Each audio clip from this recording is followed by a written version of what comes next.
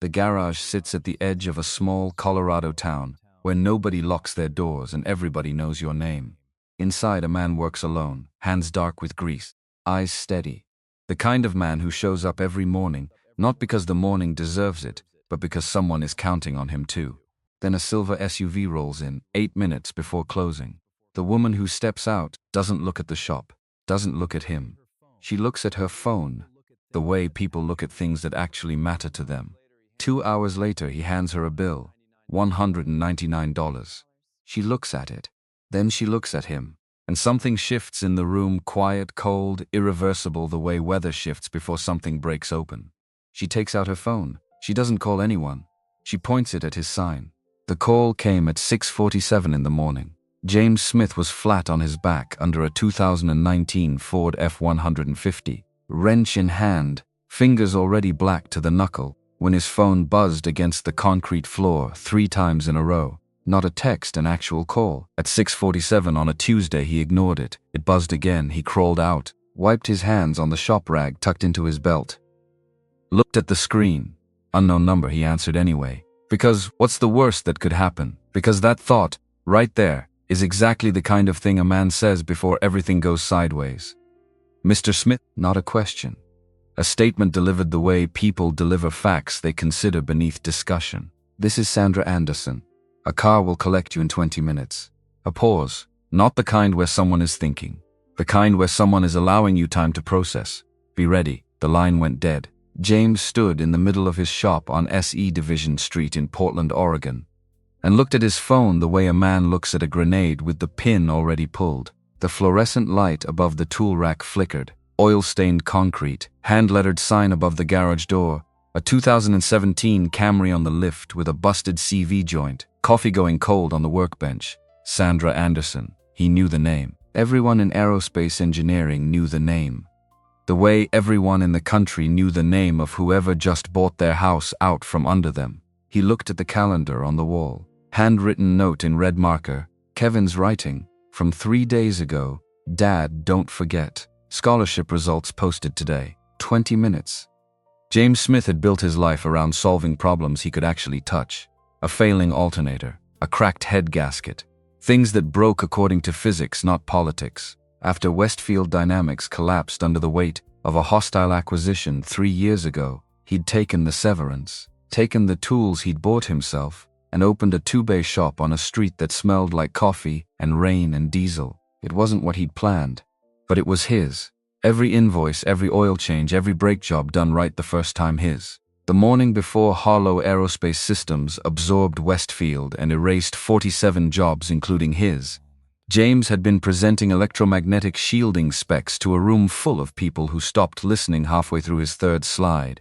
That was a Thursday. On the Friday, he cleaned out his desk. On the following Monday, his wife Laura sat across from him at the kitchen table and told him, in a voice that was very careful and very controlled, what the oncologist had said. Pancreatic. Stage 3. Some weeks feel like a lifetime. That one felt like a door slamming. He'd sold the house in Beaverton, used the equity to open the shop. Something with flexible hours. Something that meant he could take Laura to chemo on Tuesdays and Thursdays and still make rent.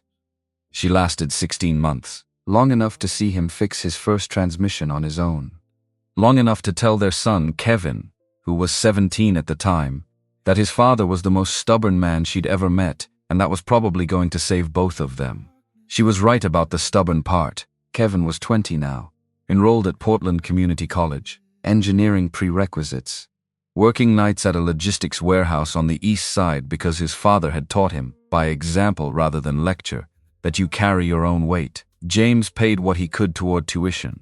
Kevin never complained about the rest. They had a system, not a comfortable one, but it functioned, which is what James Smith knew how to do. Function. He went to the sink, scrubbed his hands.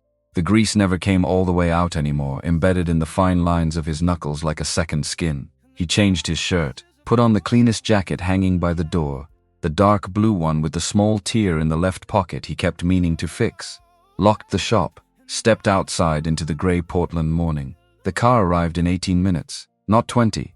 A black Mercedes S-Class, not a town car, not a fleet rental. Someone's personal vehicle, driven by a man in a dark jacket who did not introduce himself. did not make eye contact, and opened the rear door with the practiced silence of someone who considered conversation a form of inefficiency. James got in. The leather smelled like money, not new car money, old money, the kind that doesn't need to announce itself.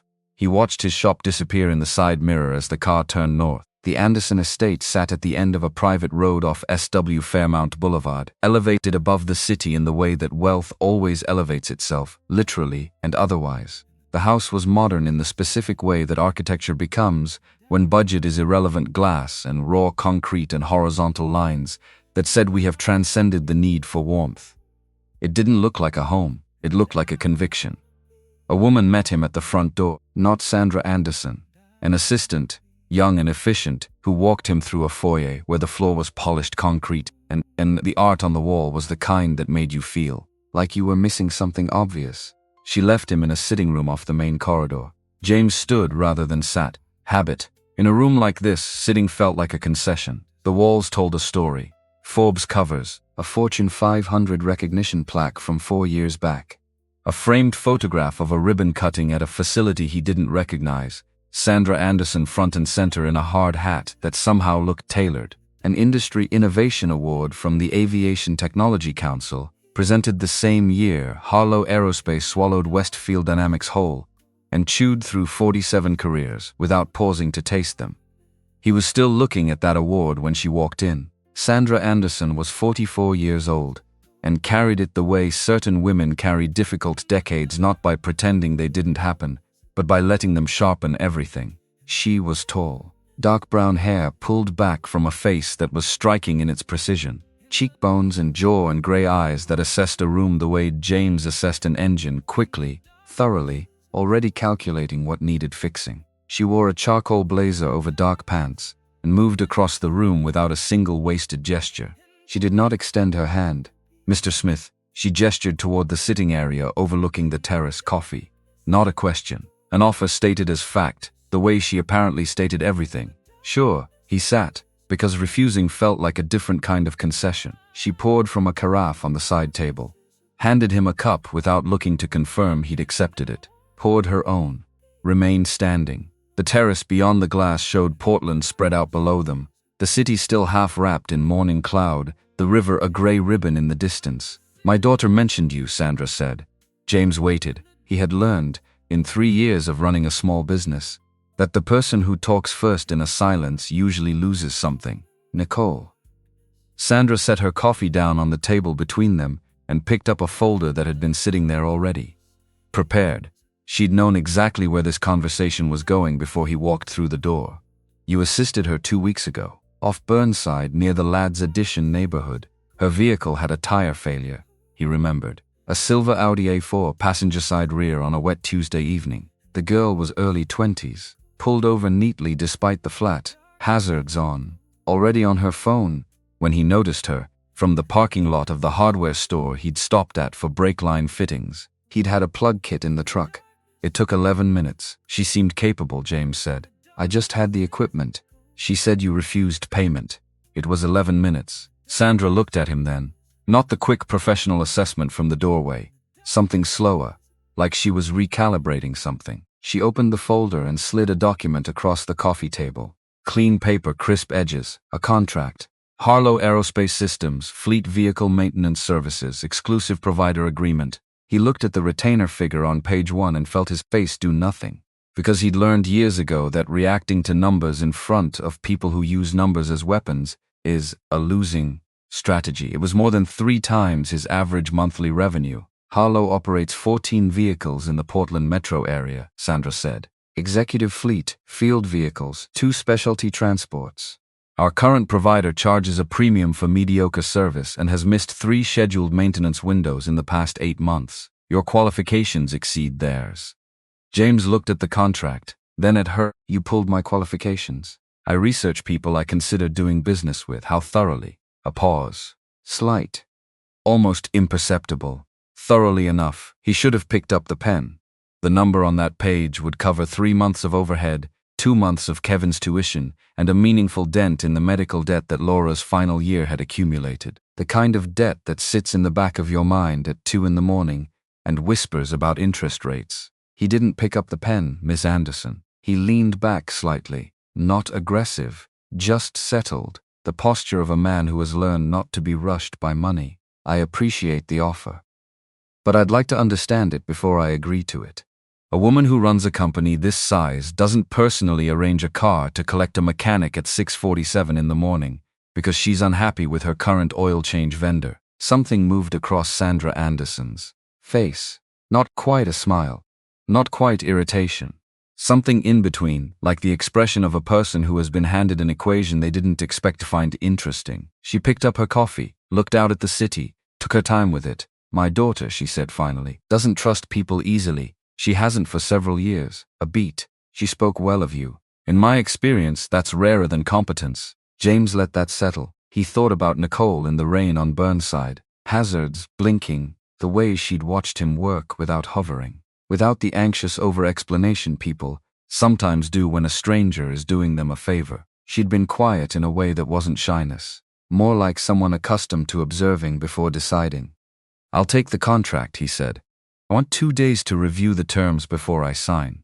Sandra Anderson looked at him with the expression of a woman for whom the word negotiate carried personal affront. The terms are standard. Standard for your previous vendor. I have different overhead structures. He picked up the document, folded it once, and placed it in the inside pocket of his jacket. I'll call your office by Thursday, he stood. She stood too, automatically, and something shifted not in her composure, which remained entirely intact, but in the quality of her attention, like she'd mentally reassigned him to a different category. Thursday, she said. Thursday, he confirmed. The driver appeared from somewhere without being summoned. James followed him back through the concrete foyer, past the framed awards, and out into a Portland morning that was starting to smell like rain again. In the car heading back toward Division Street, he sat very still and thought about how Sandra Anderson had not once mentioned why her daughter was in the Lads Edition neighborhood on a Tuesday evening. A neighborhood with no Harlow Aerospace offices, no commercial facilities of note, nothing that would explain the presence of a CEO's daughter in an Audi A4 at 7:30 at night. He thought about that for the entire drive back. Nicole Torres showed up at his shop 2 days later, on a Thursday morning 20 minutes before the time James had agreed to call Sandra's office, which was not a coincidence. She was 21, taller than he remembered, with light brown hair pulled back in a ponytail that managed to look both practical and completely effortless. Gray-green eyes that were more alert than comfortable, the eyes of someone who had learned to track exits. She wore dark jeans, a plain burgundy jacket, carried a canvas bag over one shoulder, and walked into the shop with the specific energy of someone who had rehearsed what they were about to do and was now slightly annoyed that they had to do it. Mr. Smith, she looked around the shop, the organized tool racks, the lift, the whiteboard with the week's job list. My mother called you, she did? She sent a car? She did. Nicole nodded, slow, like this confirmed something she'd suspected but found mildly offensive anyway. She doesn't do anything without a reason. Neither do I. James set down the torque wrench he'd been holding, gave her his full attention. What can I do for you, Miss Torres? She put the canvas bag on his workbench, opened it, pulled out a piece of paper. Not a printout, not a photocopy, the original. Folded in thirds, worn at the creases the way something gets when it's been unfolded and refolded many times by hands that couldn't stop checking to make sure it was still real. She held it out. He took it, unfolded it, an email, printed from an inbox, the headers intact. Sent address miller@harlowers.com, recipient the same address, self-addressed. Sent on a Saturday 3 years ago at 11:43 in the evening. Subject line, memo to self, 4 lines, Project Dawnbreaker. Wrong hands. I have the proof. Nicole knows where. James read it twice, looked up at her.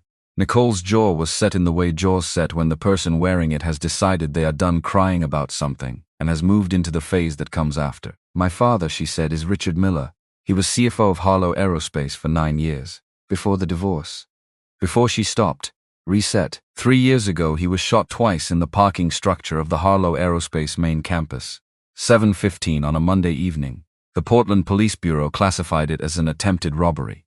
The suspect was never identified. James held the paper carefully. He survived. Something flickered in her voice. Controlled but present. Traumatic brain injury, right temporal lobe. He can walk. He can dress himself. He doesn't know my name. A pause that was brief and precise and cost her something. He looks at me like I'm someone he might have met once, at a party, years ago, and he's being polite, because he was raised to be polite. The shop was quiet, except for the ambient sound of Division Street outside. A bus. Someone's stereo. "What is Project Dawnbreaker?" James asked. "I don't know exactly." That's when Nicole pulled a second sheet from the bag, a screenshot, this one, of what appeared to be a corporate budget allocation table. Several line items highlighted in yellow. Dad had been flagging budget anomalies in the aerospace division for months before he was shot. R&D expenditures that didn't correspond to any documented development program. Money moving through internal accounts in ways that technically followed protocol but didn't make operational sense. He couldn't find the project in any official documentation. No board authorization. No regulatory filings. James looked at the budget sheet. His engineer's brain, the part that had spent 12 years at Westfield tracking systems and tolerances, woke up and started mapping the numbers. Something about the allocation pattern, the regularity of it, the size of the increments, the way it was distributed across multiple budget codes made the back of his neck prickle. "How long has this been going on?" he asked. "Best I can reconstruct 4 years, maybe a little more. And your mother doesn't know what it is." Nicole looked at him with an expression that was not quite bitter and not quite tired and was somehow both. "My mother built that company from a defense subcontracting firm with 11 employees into a 500-person operation with federal contracts in 4 states. She knows every line of every budget she's ever approved. A beat. Whether she knows what Dawnbreaker is and what she's told me about knowing are 2 separate questions." James folded the email printout and held it out to return it. She shook her head, wanted him to keep it, which told him something. "Why me?" he asked, the same question he'd asked her mother, expecting a different answer. He got one. Nicole looked at him steadily. "Because you fixed my tire in the rain and wouldn't take $20 for it. Because when I tried to push the money on you, you said you'd done the same thing 3 times that week, and you weren't keeping score." She paused. "My father used to say that you can tell more about a person from what they don't take than from what they do." Another pause, shorter. "I've been trying to find someone outside the company to help me understand what's in those files. Everyone I've approached either works for my mother, or is afraid of my mother, or wants something from my mother. You're the first person I've met in 8 months who doesn't seem to know she exists until she called you." "She called me," James pointed out, "and now you're here. She called you for her reasons." Nicole held his gaze. "I'm here for mine." James looked at the email in his hand. At the 4 lines that someone had typed to themselves at 11:43 on a Saturday night. The way you type something to yourself when you know it might be the last chance you get to leave a trail. He put it in his shirt pocket. "No promises," he said. "I'll look at what you have." Something in Nicole's shoulders released by approximately 3 degrees, which for her, he was already beginning to understand, was the equivalent of someone else collapsing in relief. He called Sandra's office at 10:15 and left a message that he needed until the following Monday to review the contract terms. Her assistant called back in 4 minutes and confirmed Monday was acceptable. He spent the rest of that day finishing the Camry CV joint and rotating tires on a regular customer's Subaru and thinking about budget, allocation tables, and a man who had emailed himself at 11:43 at night because he was afraid he might not get another chance. Kevin came by the shop at noon with sandwiches. That happened maybe twice a month, when Kevin's schedule aligned and he wasn't sleeping off a night shift. He ate perched on the stool James kept near the tool rack, and they talked about the engineering physics class Kevin was taking, which apparently involved a problem set, about electromagnetic fields that Kevin found either fascinating or maddening, depending on which part of the problem they were discussing. James listened to his son talk about field equations and felt, as he often did in these moments, the specific quiet satisfaction of a thing he'd managed to get right. Kevin was sharp, shaper than James had been at 20, or maybe just sharper at the things that mattered earlier. He had his mother's patience and his father's refusal to let a problem alone. "Got something in the mail," Kevin said, around the second half of his sandwich. "Casual, too casual, the delivery of someone who has been sitting on news, from the Aviation Engineering Scholarship Foundation." James looked up from the brake caliper he was inspecting. "Probably nothing," Kevin said, not convincingly. "Results were supposed to post today." "I said probably nothing, Kevin." Kevin looked at his phone, then at his father. Then he grinned the specific grin that James had first seen on his face at age 4, when Kevin had managed to disassemble and partially reassemble a toy truck and wanted acknowledgement for the achievement. Second alternate, he said, which means if 2 people decline or don't qualify for the full amount. James crossed the shop in 4 steps and pulled his son into a hug that Kevin accepted with the good-natured tolerance of a 20-year-old who was secretly very glad his father was the hugging type. Second alternate, James said. It's not first, it's second. Out of a lot. A lot, James agreed. Kevin went back to school. James went back to the caliper. And for about 40 minutes, the shop was just a shop and the problems in it were the only problems that existed. Then the bell above the door chimed and Robert Williams walked in.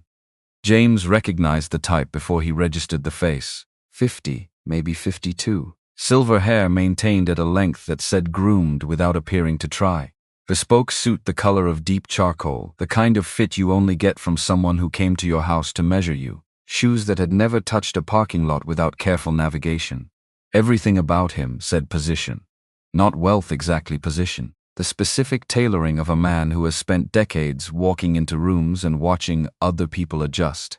He walked in and looked around the shop with the particular expression of a person who is choosing to find the modest surroundings charming rather than inadequate, like a man visiting a quaint rural restaurant and deciding to enjoy the experience rather than wishing he were somewhere better. Mr. Smith, his voice was warm.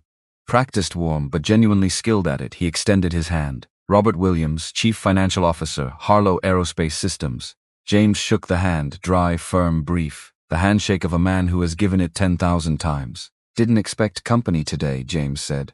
I was in the area. Williams moved deeper into the shop, hands settling into his trouser pockets, gaze traveling over the tool racks with what appeared to be appreciative interest. Harlow operates several facilities on this side of the river. I make a point of familiarizing myself with the surrounding businesses when we bring on new vendors. He turned back with an easy smile. Particularly when Ms. Anderson herself initiates the relationship. I like to know who we're dealing with. She mentioned you were reviewing the contract, James said. Neutral. Nothing in it. Of course. Williams stopped near the workbench. His eyes moved across the surface tools arranged by size and function. A coffee mug with a chip in the rim, the yellow legal pad where James jotted notes. You were at Westfield Dynamics before our acquisition. That's in my resume. Electromagnetic systems. Propulsion applications. A couple of filed patents in thermal dissipation for high current circuits. He said it conversationally, the way you mention weather. Impressive work. The cooling system design you submitted for the NV340 project was genuinely innovative. It was a shame that particular initiative didn't survive the transition. Something cold moved through James that he did not allow onto his face. That project had been confidential. Internal Westfield documentation.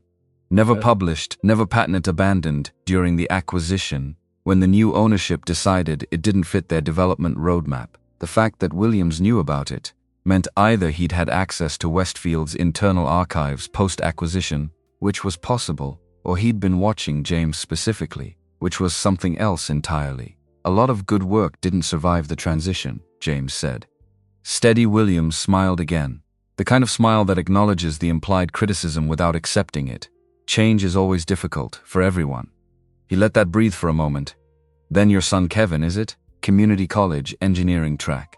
Night shift at Morrison Logistics on the east side. He paused. The pause of a man who is letting you hear exactly how much he knows. Smart kid. Hope he has good opportunities ahead of him. The words were warm. The subtext was a fire alarm. James looked at Robert Williams, his easy posture, his perfect suit, his comfortable smile, and understood with the clarity that comes from having spent 3 years learning to read the difference between what a situation appears to be and what it actually is, that this was not a courtesy visit. This was a calibration. Williams was here to see what James would do with the information that Harlow Aerospace Systems had just offered him a significant contract.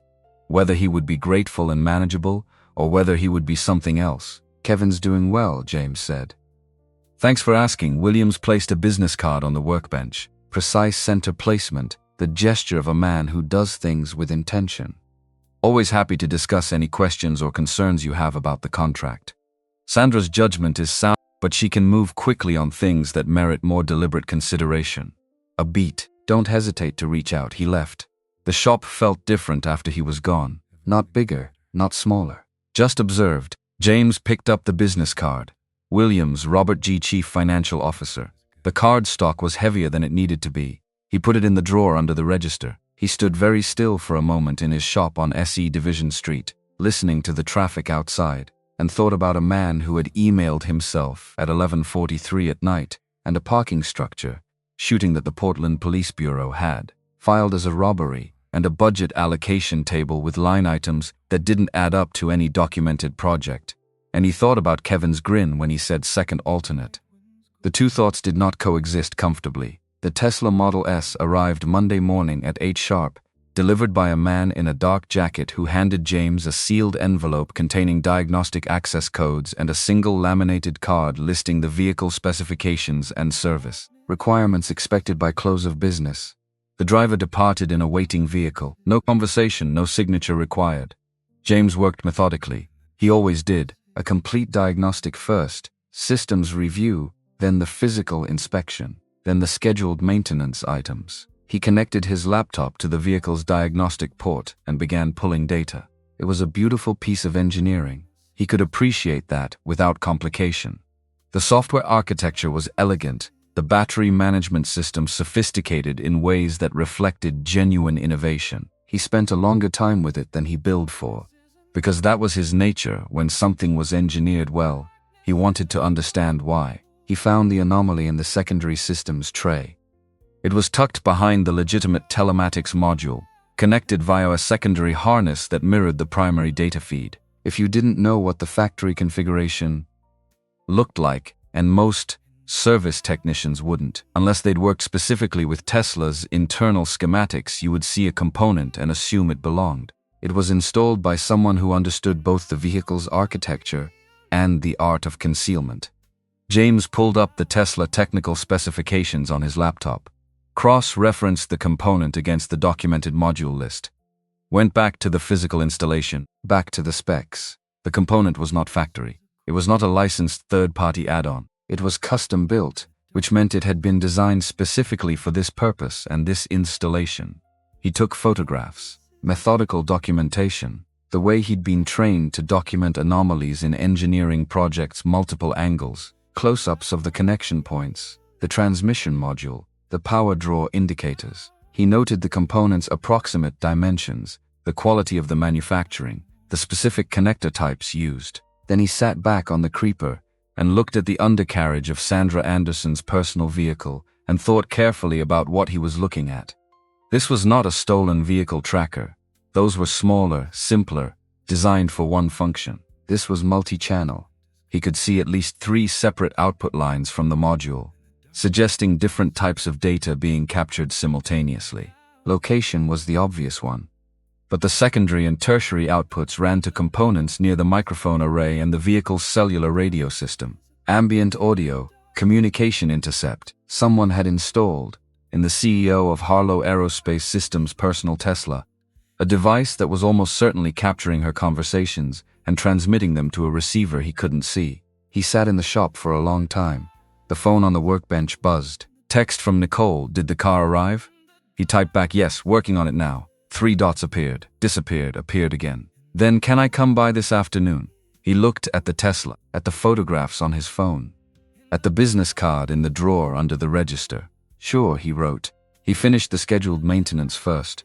Did the work he was paid to do, thoroughly and correctly, because that was who he was. Then he photographed the anomalous component from 6 additional angles, transferred everything to his laptop, and put the laptop in the locked cabinet where he kept his most sensitive paperwork. Then he called Brian Thompson. Brian answered on the second ring, in the particular way of someone who had been half expecting the call. James had known Brian for 11 years. They'd overlapped at Westfield for 4 of them. Before Brian moved into cybersecurity consulting, took his particular skill set for finding things people didn't want found, and built a small but apparently successful practice out of it. He was 44, methodical in his thinking, and one of the 3 people James trusted without qualification. One of the 3 remaining, after Laura. Need to talk to you about something professional, James said. Secure line preferred. Is this the kind of thing I want to know about? Brian's voice carried the particular tone of someone who is already calculating odds. Probably not. Kelsey's diner tonight. I'll bring the signal kit. James hung up and looked at the Tesla sitting in his shop bay, sleek and silver and full of someone else's secrets. And for the first time since Sandra Anderson's car had appeared outside his shop a week ago, he let himself acknowledge what his gut had been telling him since that morning. He was already in this, whether he'd agreed to be or not. The question was not whether to get involved.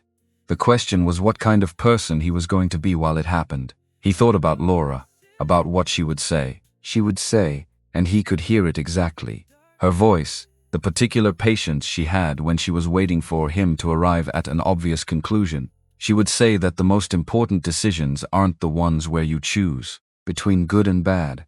They're the ones where you choose between safe and right. She had been right about the stubborn part. He pulled out his phone and texted Nicole, "See you at 3. Then he went back to work. She came in at 2:58. He was cleaning up from the Tesla job when the bell chimed. She had the same canvas bag over her shoulder and the same quality of attention that he was starting to recognize as simply how she moved through the world. Careful but not timid. Like someone who had learned to look before committing to a direction and had no plans to unlearn that. She saw his expression before he said anything. "You found something," Nicole said. He turned his laptop around and showed her the photographs. She looked at them for a long time. Her breathing didn't change. Her expression didn't change, which meant he was coming to understand that something had changed significantly on the inside, and she was choosing how to handle it before it reached her face. "Someone is monitoring her," she said finally. "Not a question. Professionally installed. This isn't an off-the-shelf product. Whoever put this in Sandra Anderson's car had custom equipment and knew exactly what they were doing." Nicole looked at the photograph of the transmission module for another moment. Then she looked up at him. "My father said he had proof.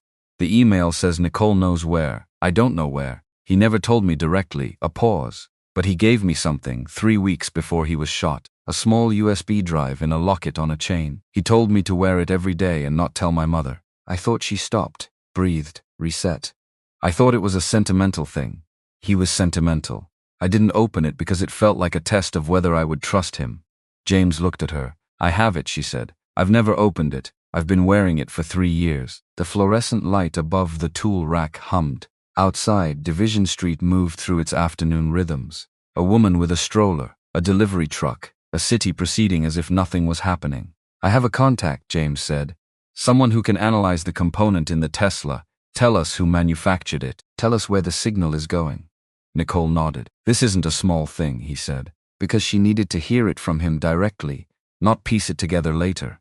If the filing was right about Dawnbreaker, if someone shot your father to stop him from talking, then whatever is in that drive, he paused.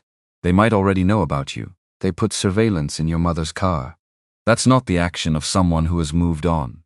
She held his gaze without flinching, which told him everything he needed to know about the 3 years she had been carrying this alone. "I know," Nicole said. James Smith looked at the photographs on his laptop, at the email in his shirt pocket that began Project Dawnbreaker, wrong hands, at the business card in the drawer that belonged to a man who had mentioned his son's GPA as if it were casual conversation. He thought about Kevin saying second alternate in the voice of someone trying to downplay something that mattered enormously to him. He thought about Laura telling him that the important decisions were the ones between safe and right. He closed the laptop, picked up his phone. 7 o'clock, he said. "I'll text you the address." Kelsey's diner occupied a corner of S.E. Hawthorne that the rest of Portland had decided not to gentrify, which was probably why Brian Thompson had been using it as a meeting point for 6 years. Vinyl booths. Fluorescent lighting that didn't flatter anyone. Coffee that tasted like it had been brewed sometime before the current administration and kept warm out of stubbornness. A counter staffed by a woman named Dot, who had heard everything and remembered nothing. The kind of place where a signal jammer on a table looked like someone's external hard drive and nobody cared enough to look twice. Brian was already in the back booth when James arrived. Laptop open, small black device beside it that hummed at a frequency just below audible. He looked up with the expression of a man who had agreed to something before fully thinking it through and was now fully thinking it through. He looked at James, then at Nicole, who had come in 30 seconds behind. then back at James. You brought company, Brian said. She's the reason we're here. Is she Nicole Torres, Richard Miller's daughter? Brian closed his laptop halfway, looked at Nicole with a different kind of attention. The attention of a man recalibrating what kind of evening this was going to be. Nicole slid into the booth across from him without being invited because she had stopped waiting for invitations approximately 3 years ago. What did you bring me? Brian asked. James put his phone on the table. The photographs from the Tesla. Brian pulled the phone toward him, swiped through without comment, swiped back, zoomed in on the transmission module, zoomed in on the connection points. Dot came by. James ordered coffee. Nicole ordered tea. Brian looked up long enough to say he was fine and went back to the photographs. 3 minutes of silence, which is a long time in a diner booth when you are waiting to find out how bad something is. Brian set the phone down, folded his hands on the table, looked at James with the expression of someone who has arrived at a conclusion they would have preferred not to arrive at. This isn't commercial hardware, I know. This is purpose-built, custom fabrication. The transmission module, he tapped the phone screen, that connector configuration, that specific pinout. I've seen exactly one system that uses that arrangement. A pause. It's not something you buy, it's something you commission from someone with access to components that aren't in any civilian supply chain. Nicole's voice was level. Who commissions something like that? Someone with money, someone with connections to defense-adjacent manufacturing. Someone who needs information badly enough to invest in the infrastructure for collecting it. Brian looked at her. And someone who wanted it installed in a specific vehicle. This wasn't opportunistic. This was targeted. James watched Nicole absorb that. She didn't react visibly. She just became slightly more still, the way water becomes still right before it freezes. Can you trace where the signal goes? James asked. Brian opened his laptop all the way. With the photographs alone, I can narrow it to a manufacturer class and transmission protocol. To trace the actual destination, I'd need either direct access to the device or a receiver that's already intercepting the signal. He paused. Or I'd need to know the IP range of whatever server it's sending to. Which means I'd need to know what network to look inside. Nicole reached into her bag, put a folded document on the table. Budget allocation sheet, the same one she'd shown James in the shop. Plus 3 additional pages he hadn't seen, printouts of internal Harlow Aerospace network architecture. The kind of documentation that does not leave company premises without someone making a significant decision. Brian looked at the pages, then at Nicole. Where did you get internal network documentation? My father kept copies of everything. She held Brian's gaze without difficulty. He was the CFO. He designed the financial architecture and signed off on the IT infrastructure budget for 6 consecutive years. He kept redundant documentation because he said that was what responsible financial officers did, and also because he didn't entirely trust cloud. A beat. He was right about the cloud.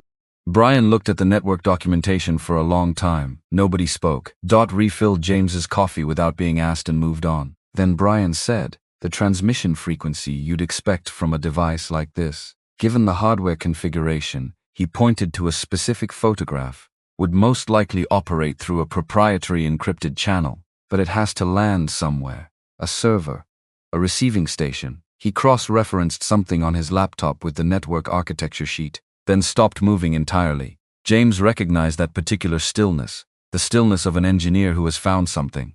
It's internal, Brian said. What? The signal. He turned the laptop around, a network diagram, a specific node highlighted. Based on the IP range in this architecture document and the transmission parameters visible in the photographs, the signal from the device in Sandra Anderson's car is routing to a server inside Harlow Aerospace's own network. He pointed to the highlighted node, specifically to a server cluster registered under the financial division. Another point, with administrative credentials assigned to the CFO's office. Nicole's cup hit the table harder than she intended. Not much harder, but enough. Robert Williams. The name landed in the space between the 3 of them like something dropped from a height. Nobody said it out loud for a moment, because saying something out loud moves it from theory to fact, and facts require responses. Nicole said it, quietly, without inflection. Williams has been listening to my mother's private conversations. If this analysis is correct, not aggressive, just certain, in the way she was certain about most things once she'd examined them from enough angles. He's been inside the company longer than I've been alive. He knows the network infrastructure. He has the connections and the budget authority to commission custom hardware. A pause, and he was my father's direct report for 4 years before the divorce. The diner moved around them. Someone at the counter laughed at something. The door opened and closed twice. Outside, Hawthorne went on being Hawthorne. James looked at Brian. Can you build something that intercepts the same signal? A parallel receiver. So we capture what he's capturing without him knowing we're there. Brian rubbed his jaw, the expression of a man doing real-time risk assessment. Technically, yes, it would require direct access to the vehicle again. 20 minutes minimum, probably 30 to do it cleanly. And I'd need to be within range of the signal during an active transmission window. He paused, but James, this is the part where I have to say the thing you don't want me to say. Say it anyway. If Williams is using Harlow's internal network to run surveillance on the CEO of Harlow Aerospace, he's not doing it alone.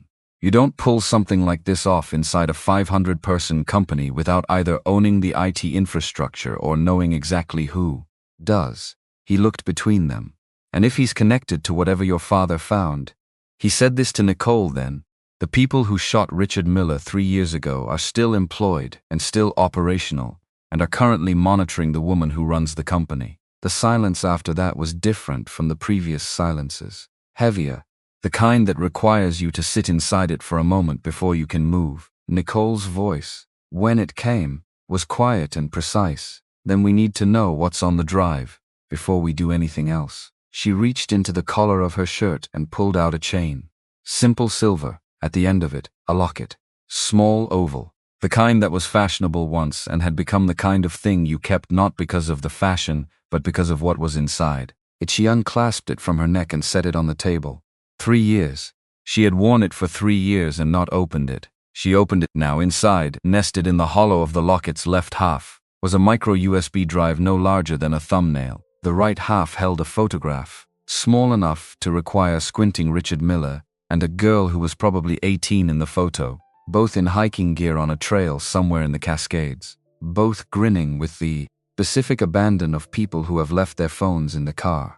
Brian took the drive with the care of someone handling a specimen, produced an adapter from his bag, connected it to his laptop. They waited. The drive was encrypted, which was expected. Brian ran his standard decryption tools, which were not standard tools by any civilian definition, and got through the outer shell in 4 minutes. Inside were 2 folders. The first was labeled D11 files, a mix of PDFs and audio recordings. The second was Brian looked at Nicole. You want to open N first? She shook her head. D. Brian opened the first file in the D folder, a PDF, Internal Harlow Aerospace Financial Documentation R&D Budget Allocations, the same category Nicole had shown James in the shop, but more granular. Ledger entries going back 4 years, with specific transaction codes highlighted in digital yellow. Below each highlighted entry, a typed note in Richard Miller's voice, methodical, detailed, the notations of an accountant who has been trained to find exactly the kind of discrepancy nobody wants found. 4 years of money moving through Harlow Aerospace R&D budget in amounts large enough to matter and distributed across enough line items to avoid triggering. Automated flags.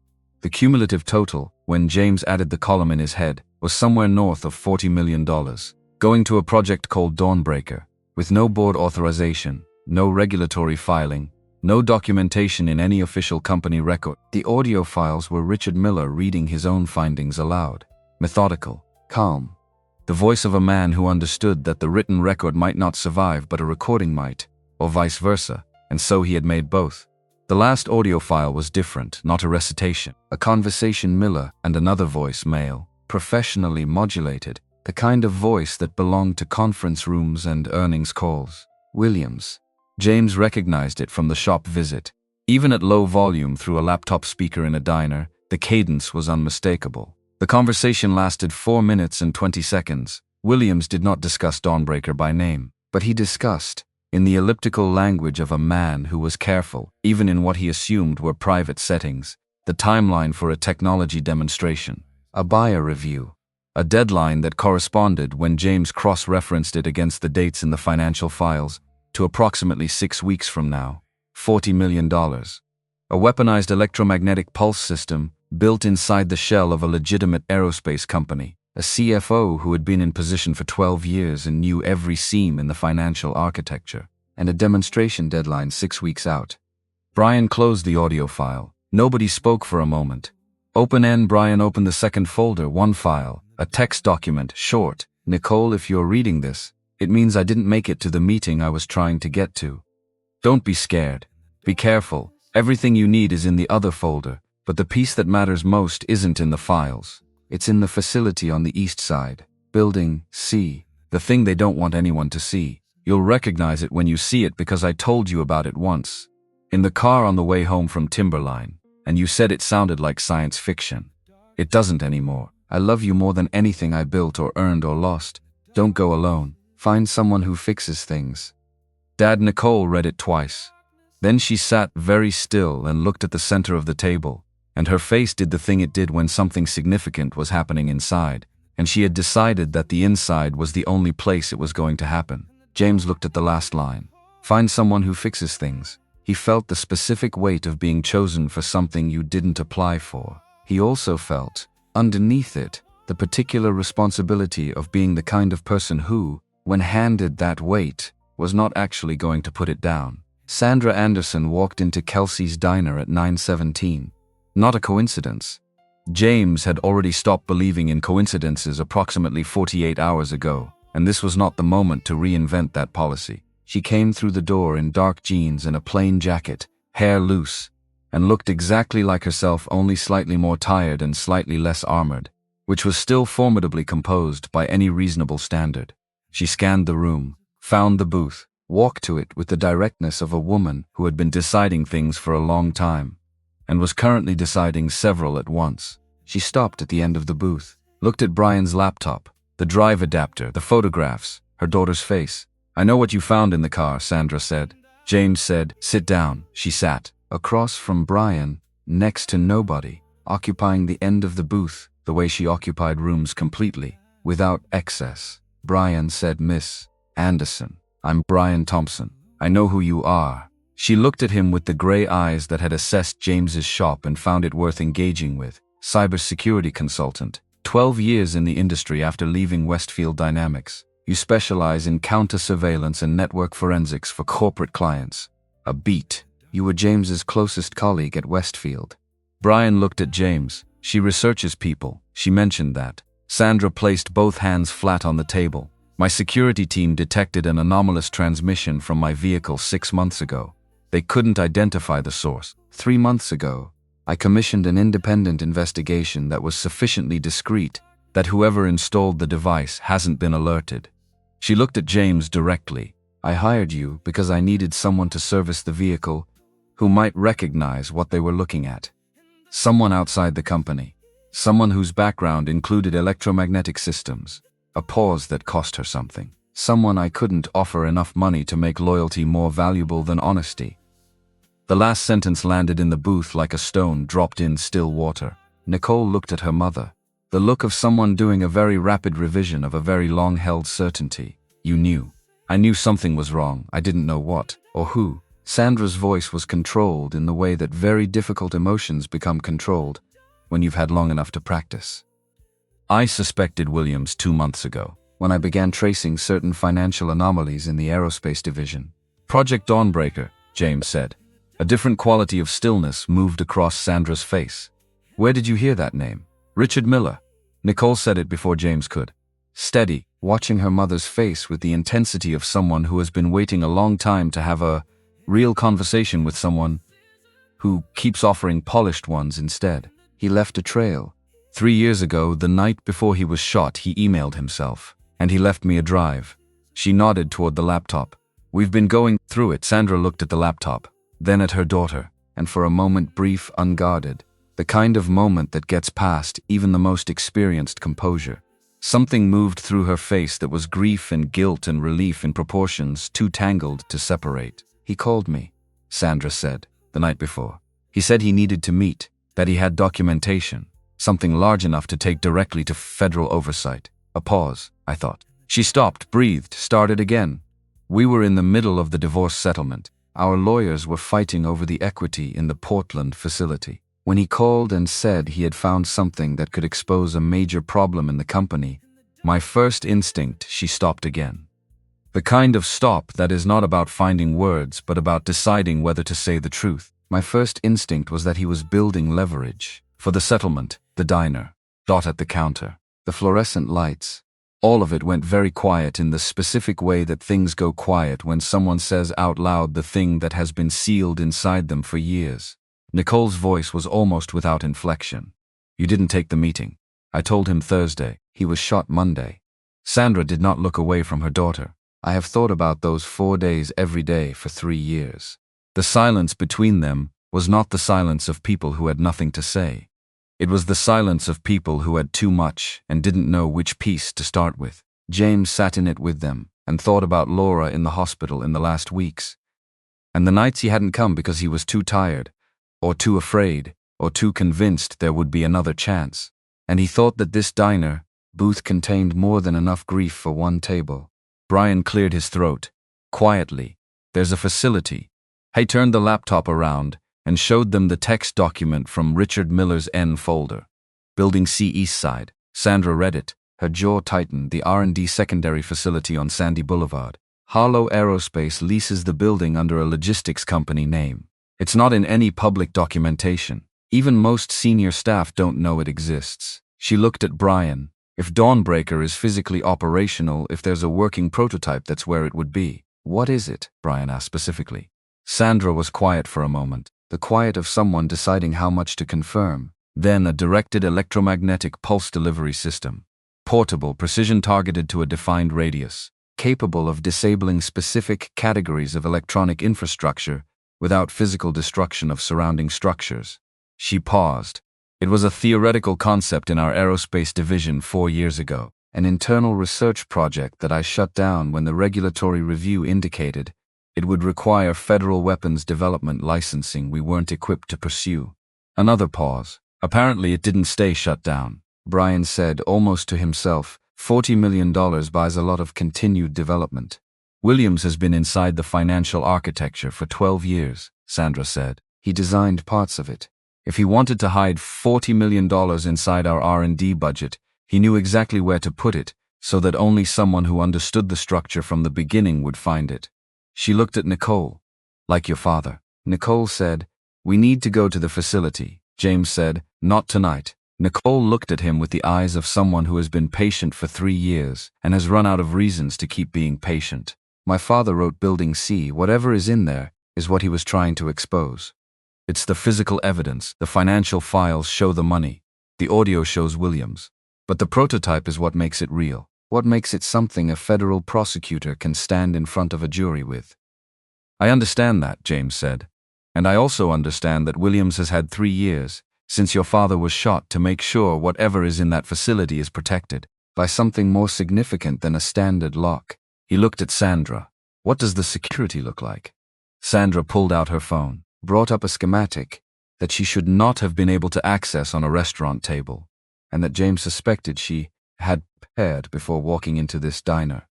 Which meant she had been planning this specific conversation for longer than the last 20 minutes. 3-tier perimeter, motion sensors, camera array, building access via biometric authentication, hand geometry and retinal scan, internal compartmentalization with varying clearance tiers. She looked at the screen. Williams has full clearance. I have oversight clearance that technically supersedes his. Whether that access has been revoked or compromised depends on what he's done to the authentication system in the last 6 months. He's been listening to your conversations for 6 months, Brian said. If he heard anything that made him think you were getting close, he may have already taken steps. Sandra set the phone down, which is why time matters. James looked at his phone. 10:43. Kevin would be starting his shift at Morrison Logistics in 40 minutes.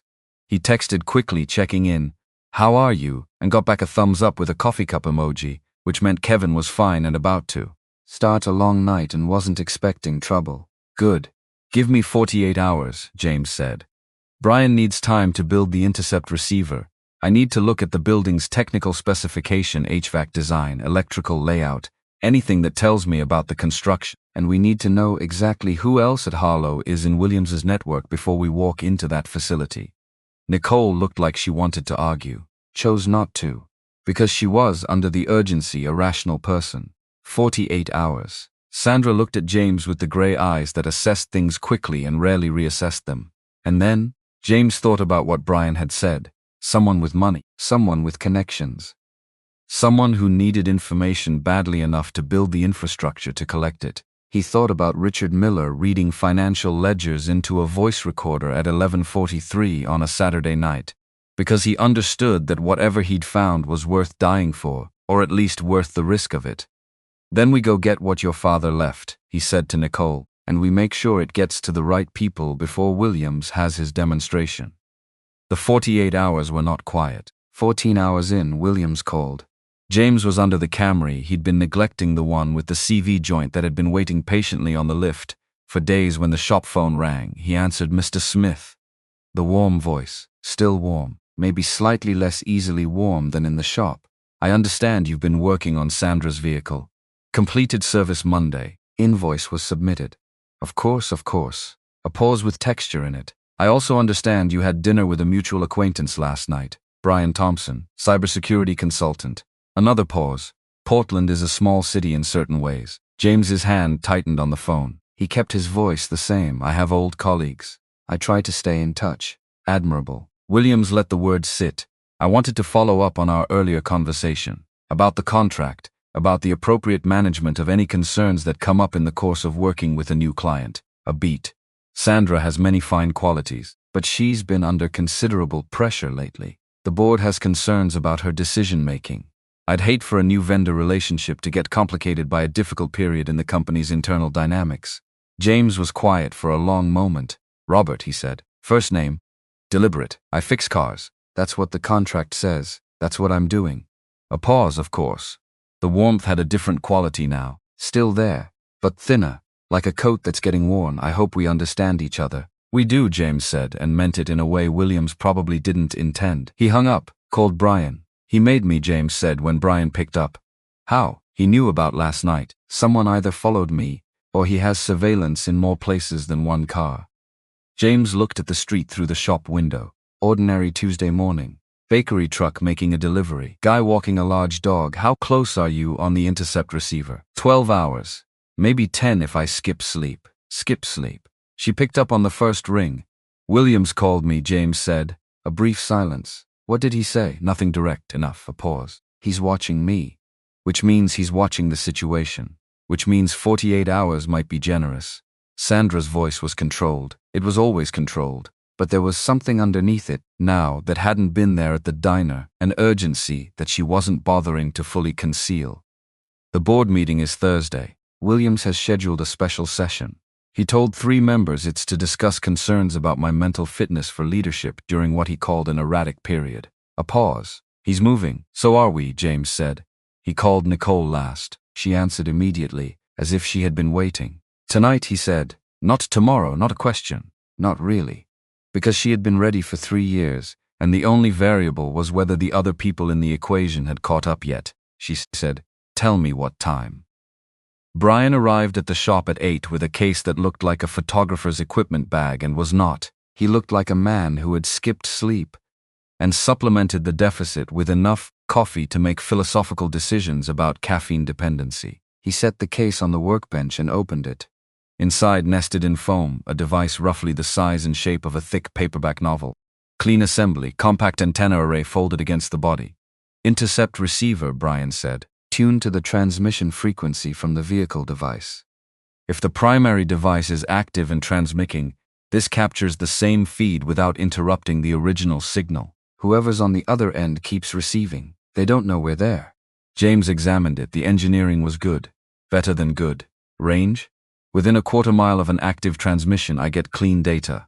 Further than that, I get fragments. He paused. The device in the Tesla transmits when the vehicle is in motion, and also at scheduled intervals, when parked probably every 4 hours. I'd need to be within range during an active window. Sandra drives the Tesla to the office most mornings, Nicole said. She was sitting on the stool by the tool rack, had been since 7:30, had apparently decided that waiting at home was not a viable option, and nobody had disagreed with her because she was not wrong. She takes SW Barber, I can tell her to take Sandy Boulevard instead. Past the R&D facility. If the device transmits on schedule and Brian is parked somewhere on the route, I pick up the active feed, track it back to the server node, confirm Williams's IP range. Brian looked at James, and we have the chain. Device to server to credentials. Clean evidentiary chain for someone with subpoena power. James nodded, then looked at Nicole. You said Building C. Your father said you'd recognize it because of something he told you on the way home from Timberline. Nicole's expression shifted slightly, the particular shift of someone accessing a specific memory. 3 years ago, maybe 4, we hiked Timberline Trail, part of it, the southern section. On the way back, he was talking about what he called dual-use technology.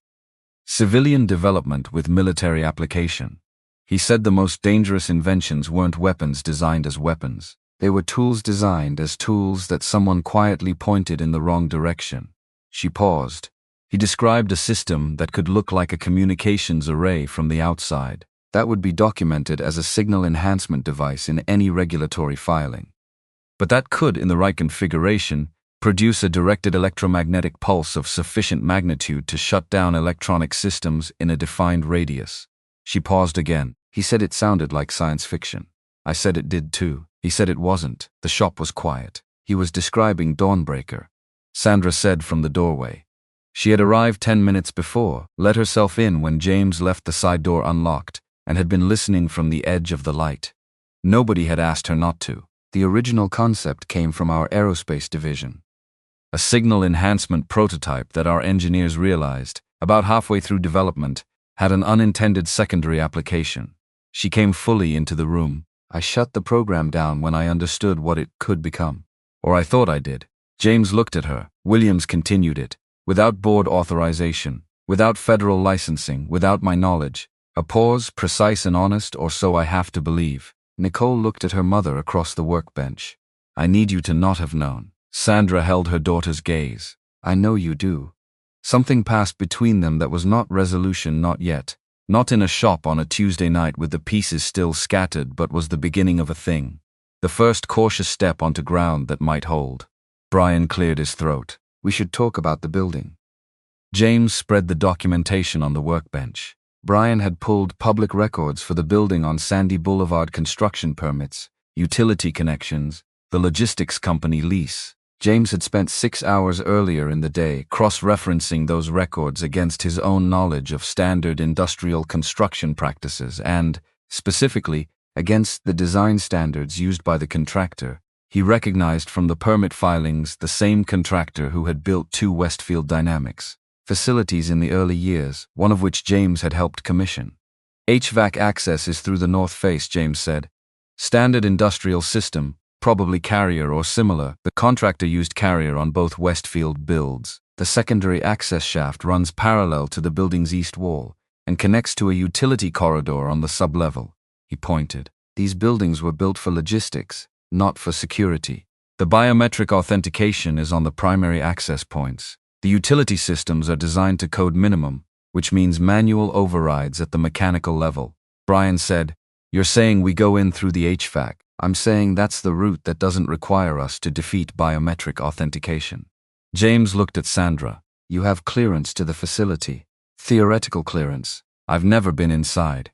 If Williams has taken precautions, your biometrics are in the system unless he's had them manually removed, which requires an IT authorization request that would generate a log entry. Brian was already on his laptop. If he removed your access, there's a record. If there's a record, he typed, paused, looked up. Your access hasn't been revoked, as of this afternoon. He didn't think I knew the facility existed, Sandra said. He still doesn't, James said. That's the one advantage we have. Nicole was looking at the schematic. Her finger traced the utility corridor. Building C is the northeast section. Here, she pointed. If the prototype is operational and they're preparing a demonstration, there will be equipment staged, James finished. Technical staff, possibly people who aren't on the official payroll. He straightened, and if Williams knows we're moving, his phone buzzed. Kevin. A call. James answered immediately. Kevin's voice was careful in the way it got when Kevin was trying to sound unconcerned while being considerably concerned. Dad, there's a guy outside, just standing there, by the loading dock. He's been there 40 minutes, and he's not one of the regular security guys. and he keeps looking at his phone in the specific way people look at their phone when they're not actually looking at their phone. The cold that had been sitting at the base of James's skull for the last 48 hours moved down his spine and settled somewhere lower. "Okay," James said. "Listen carefully. Don't go near him. Don't let on that you've noticed him. Find your supervisor. Tell him you're not feeling well. Clock out. Don't go to the truck. Call a lift from inside and go directly to the apartment. Lock both locks." A pause. "Dad, what's happening?" James looked at Brian, at Sandra, at Nicole, at the schematic on his workbench and the drive on Brian's laptop and the intercept receiver in its foam case. He thought about Richard Miller emailing himself on a Saturday night. He thought about the 4 days between the phone call and the shooting. He thought about the ways in which not moving fast enough is its own category of decision. "I'll explain everything," James said. "I promise. Right now, just do what I said." Kevin said, "Okay, steady," like his mother when something was hard. "Okay, Dad." James hung up, looked at the room. "Tonight," he said. "Not in 48 hours now." Nicole was already picking up her jacket. "I know." Brian was closing his laptop, which he did when something became serious enough that the laptop was no longer the primary tool. He looked at James with the expression of a man who had signed up for a conversation and was now enrolled in something considerably larger. "I want the record to show," Brian said, "that I had a very comfortable Tuesday planned." Nobody laughed, but the tension in the room shifted 1 degree towards something survivable, which was the closest thing to humor available, and they all took it. Sandra looked at James, the gray eyes, the composed face with something real moving underneath it. "I've been making decisions alone for a long time," she said. "Some of them were wrong, some have cost things I can't recover." A pause. "I am asking you, not contracting you, not compensating you. Asking to help me do this right." James Smith looked at Sandra Anderson in his oil-stained shop on SE Division Street, in the city that had been trying to grind him down for 3 years, and thought about the difference between safe and right. He had made that choice already, really. He had made it when he put a printout in his shirt pocket and told a young woman with her father's eyes that he would look at what she had. "Get your car," he said to Brian. "We need to be moving in 20 minutes. They were moving in 17. Sandra sent the text to her head of security, a man named Paul, who answered only to her, and had never answered to Williams with a single line. "Facility B tonight. Confirm you're dark." The response came in 4 minutes. Dark, which meant Paul had understood something was wrong from the moment Sandra had stopped briefing him through official channels 2 months ago and had been waiting to be useful. Brian drove his own car, the signal equipment in the back seat. Sandra sat in the passenger seat of James's truck. Nicole sat in the back. Nobody talked much. The city moved past the windows, the bridges, the river, the East Side neighborhoods where Portland stopped trying to be curated and became just a city full of people trying to get through Tuesday. The facility on Sandy Boulevard looked exactly like what its lease documents claimed it was. A 3-story industrial building, gray concrete, modest signage for a logistics company that existed primarily as a legal entity. The parking lot was mostly empty. 2 vehicles near the building's south entrance. Lights on the 2nd floor. Brian parked a block north, opened his laptop, waited for the intercept receiver to find the Tesla's active transmission signal. Sandra had driven it here, following Sandy Boulevard as planned. The receiver cycled for 90 seconds. Then it locked. Brian looked at his screen, then at James. "It's transmitting. Server destination confirmed," he typed. "Same IP node. Williams's administrative credentials. He's receiving right now." A pause, "and I'm capturing everything he's capturing. Clean chain. Every second of this conversation is being logged on my system with timestamp and source attribution." He looked up. "We have him." "Not enough. Not yet." The financial files showed the money. The audio showed the planning. The intercept receiver showed the surveillance. But somewhere in Building C on the northeast corner of that facility was $40 million of unauthorized weapons technology, staged for a demonstration in 6 weeks, and until they had the physical evidence, Williams could argue that the files were fabricated and the audio was edited and the surveillance device had been installed by someone else. James looked at the building, at the north face, at the HVAC infrastructure visible on the roofline. He thought about Laura saying the important decisions are the ones between safe and right. He opened the truck door. Nicole got out without being told. Sandra got out. 3 people standing in a parking lot on Sandy Boulevard on a Tuesday night, with the city noise around them, and a building in front of them that held the thing a man had tried to expose 3 years ago before someone shot him in his own company's parking structure. James looked at them both. Stay close, move when I move. If something goes wrong, Sandra's voice was even, nothing is going to go wrong. James appreciated the conviction even while not entirely sharing it. If something goes wrong, Brian has everything he needs. We've already won the evidentiary case. This is about making sure there's no demonstration in 6 weeks. Nicole said, it's also about making sure my father didn't spend 3 years in a room not knowing my name for something that gets buried. James looked at her, then at the building. Then he started walking. The north face of the building looked exactly like what it was supposed to look like, which was the point. Gray concrete. Utility conduit running up the wall in standard industrial configuration. The HVAC intake housing mounted at roof level, accessible via a maintenance ladder bolted to the exterior wall beside the loading dock. James went up first. The ladder was cold. Portland night air carrying that particular bite that comes off the river after 10 p.m. In October, the kind that gets into your collar and stays there. He moved quickly, not recklessly. The way a man moves when he's decided that speed and noise are a worse combination than slow and quiet. The roofline gave him the full layout. 3 HVAC units serving the building's 3 sections. The northeast unit, which served Building C, had an access panel on its south-face maintenance access, required by code, secured with a hex bolt that required a tool. He'd brought specifically because he'd seen this exact housing model on the permit drawings and knew what it used. 2 minutes. The panel came free. The secondary access shaft dropped vertically into the building's mechanical interstitial space, then turned horizontal along the east wall toward the utility corridor Richard Miller had described as the route. Not described, had implied. In a note written to a daughter he was trusting to figure out the rest. James looked down into the shaft, looked back at the roofline, looked at Sandy Boulevard below, where Brian's car sat dark and quiet, the intercept receiver logging everything, the evidentiary chain building one timestamp at a time. Then Sandra appeared at the top of the ladder, moving with a competence that should not have surprised him but did slightly, because she moved like someone who had prepared for this. Not recently, for a long time, the kind of preparation that happens quietly over months, fueled by the specific energy of a person who knows something is coming and refuses to be caught unprepared when it does. Nicole came up last, faster than either of them, light on the rungs, the way young people move when urgency finally has somewhere to go after years of waiting. The shaft was tight, single file. James first, then Nicole, then Sandra. Horizontal section was low enough that they moved on hands and knees across the building's mechanical infrastructure, the sound of the HVAC systems around them, creating a consistent white noise that covered everything smaller.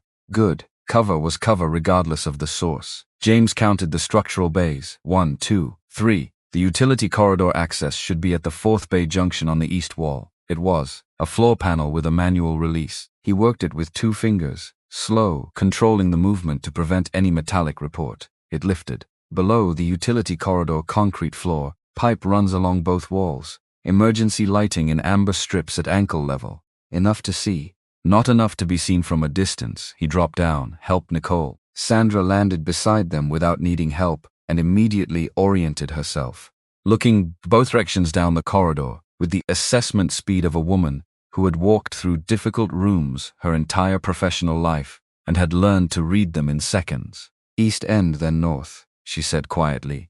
Building C junction is through the fire door at the corridor terminus. They moved. The utility corridor was the skeleton of the building. Everything that the public-facing surfaces concealed was visible here: the electrical conduit, the data line runs, the plumbing. James looked at the data lines as they walked. Standard industrial bundles for the first 2 sections. Then something different in the northeast section: heavier gauge conduit, the kind used for high current applications, running alongside a fiber bundle that was not part of the building's original construction. Someone had run additional infrastructure into Building C, significant infrastructure. The kind of electrical capacity you'd need if you were running equipment that drew substantially more power than anything a logistics company would require. The fire door at the corridor terminus had a standard push bar from this side. No card reader, no biometric panel, emergency egress requirement, which meant it opened from the inside regardless of access credentials. James looked at Sandra. She nodded once.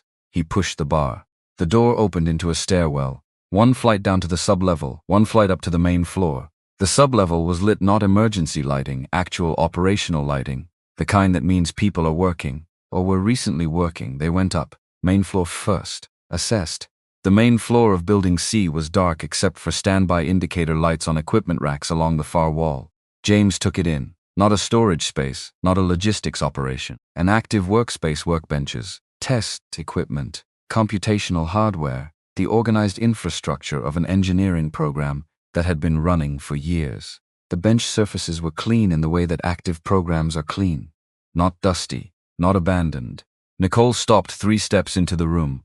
Against the north wall, occupying a space roughly the size of 2 parking spaces, sat the prototype. It didn't look like a weapon. It looked like a signal array, a central tower structure with articulated antenna elements, surrounded by control hardware and a power conditioning unit the size of a refrigerator. Clean fabrication, professional engineering. The kind of thing that, in different documentation, could be described as exactly what Richard Miller had told his daughter on the way home from Timberline, a signal enhancement device. Dual-use technology pointed in the wrong direction. Nicole stood in front of it and looked at it for a long moment. Then he described it exactly. James was already moving to the documentation station adjacent to the prototype. Physical documentation, because serious engineering programs always maintained physical records alongside digital ones. Binders, printed specifications, test logs. He opened the most recent test log. The entries were dated. The most recent was 4 days ago. Performance metrics, calibration data, range confirmation testing. The kind of documentation that, combined with everything Brian had captured, combined with the financial files from Richard Miller's drive, combined with the audio recording, was the physical anchor that tied the entire evidentiary structure to a specific place and a specific machine. He photographed everything, methodical. Each page, the prototype from multiple angles, the power conditioning unit's serial number, the antenna array from close enough to capture the manufacturing marks. Sandra was at one of the workstations. Her hands were on the keyboard. Her eyes were moving across the screen with the focused velocity of someone reading documentation she had been trying to find for a long time. The demonstration is scheduled for 11 days from now, she said quietly. Not 6 weeks. The date moved. A pause. Buyers are listed as 3 separate shell entities, all incorporated in Nevada, none of them with discoverable beneficial ownership. The transaction value, she stopped. Read it again. The transaction value is $230 million. Brian's voice came through James's phone, earpiece in, the connection they'd established. Before entering the building, I'm still capturing the transmission feed. Clean chain. But James, there's a second active transmission I'm picking up, not from the Tesla.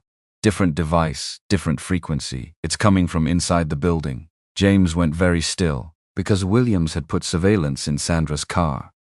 Which meant, Williams thought about surveillance, the way certain people thought about insurance. The more coverage, the better, and you never knew which policy you'd need to use. And if there was an active transmitter in the building, then Williams knew they were here.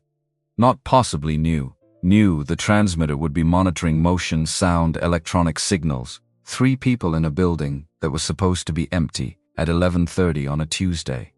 Williams was somewhere receiving that information right now. James said 2 words, "We're burned." Sandra straightened from the workstation. Nicole turned from the prototype. Nobody panicked, which was either a sign of exceptional composure or a sign that they had all, independently, arrived at the place where fear had burned through its own fuel and what remained was just clarity. "Do you have enough?" Nicole asked. "Documentation, yes. The physical record is photographed. The drive, the financial files, the audio, the intercept chain, and now the prototype documentation." James looked around the room. "It's enough. It's more than enough." "Then we leave," Sandra said now. They were halfway to the fire door when the sublevel entrance opened. Williams came through it alone, which was either confidence or miscalculation, and James hadn't yet determined which.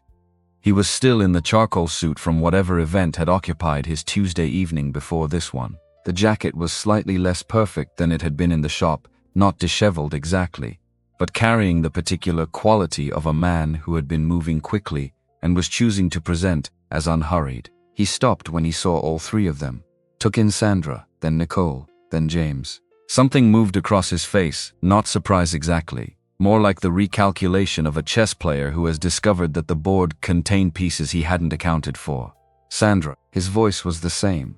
Still warm. Remarkable, that warmth. Like a physical gift he'd had since birth and deployed without thinking. I didn't expect you to be this resourceful. Sandra looked at him with the gray eyes that did not show what was happening behind them.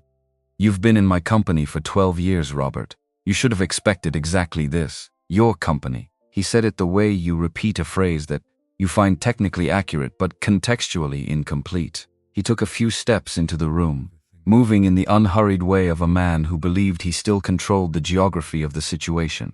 I've run this company for 12 years. The operational decisions, the vendor relationships, the financial architecture, the development pipeline. He looked at the prototype behind them with an expression that James could only describe as proprietary, the way a person looks at something they made.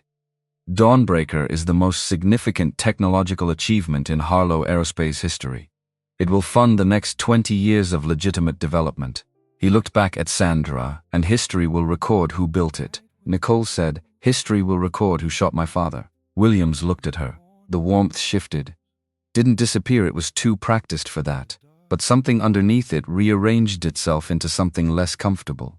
Your father was a man of principles who failed to understand that principles have a price, and that someone always pays it. A pause. I didn't want that outcome. I want you to know that. I don't care what you wanted, Nicole said. Flat. Precise. The specific tone of someone who has had 3 years to figure out exactly what they would say in this moment, and is now saying it without ornamentation. I care what you did. Williams looked at her for a moment. Then, with the practiced pivot of a man accustomed to redirecting conversations that weren't going his way, you have documentation, presumably. And you believe you have a path to the appropriate federal authorities. He glanced at James's phone, the earpiece visible, the active call indicator on the screen. And your friend in the car outside has been building an evidentiary chain. He almost smiled. I'm not going to insult you by pretending I don't know what you've assembled. James watched him, waiting, because a man like Williams didn't walk into a room to concede. He walked in to negotiate. And the only reason you negotiate is if you believe you still have something to trade. What I will tell you, Williams continued, is that the people who have committed to this demonstration are not the kind of people who accept cancelled transactions gracefully. If Dawnbreaker is seized by federal agencies before the demonstration, if I am arrested, certain parties who are currently satisfied with the timeline will become unsatisfied. He looked at Sandra, and certain members of your family are visible, Sandra. Findable, particularly a young woman who drives a silver Audi A4 and visits a specific medical care facility in Lake Oswego every second Sunday. The room temperature didn't change, but something in it did. He knew about Nicole visiting Richard. He knew the schedule. He knew the car. Nicole's jaw set in the way it set when she had decided something. James recognized it. He'd seen it when she unfolded that email in the shop, and again when she opened the locket at Kelsey's diner, and again when she dropped into the utility corridor without hesitating. It was not the set of someone who was frightened. It was the set of someone who was done. You just threatened me, Nicole said. Not a question, not outrage. A simple factual observation delivered with the specificity of someone ensuring that the record was accurate. I'm describing a situation, Williams said. On a call that has been recording for the last 4 minutes, James said, through a receiver that is simultaneously logging to a secure off-site server with federal-grade encryption. Williams looked at him. For the first time, the warmth was completely absent, not replaced by anger, by the particular blankness of a man who has just understood the geometry of his position. James held his phone up slightly. Let the pause do its work, Brian. Brian's voice through the earpiece, clearly enough for the room to hear. Got it. All of it, threat included.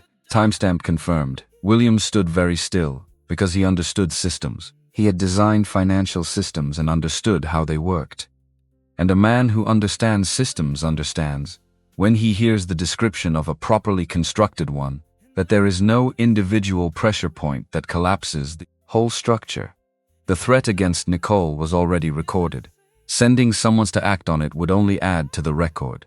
Destroying the drive or the documentation in this room wouldn't eliminate what Brian had captured outside. Eliminating Brian wouldn't eliminate what was already logged to the off-site server.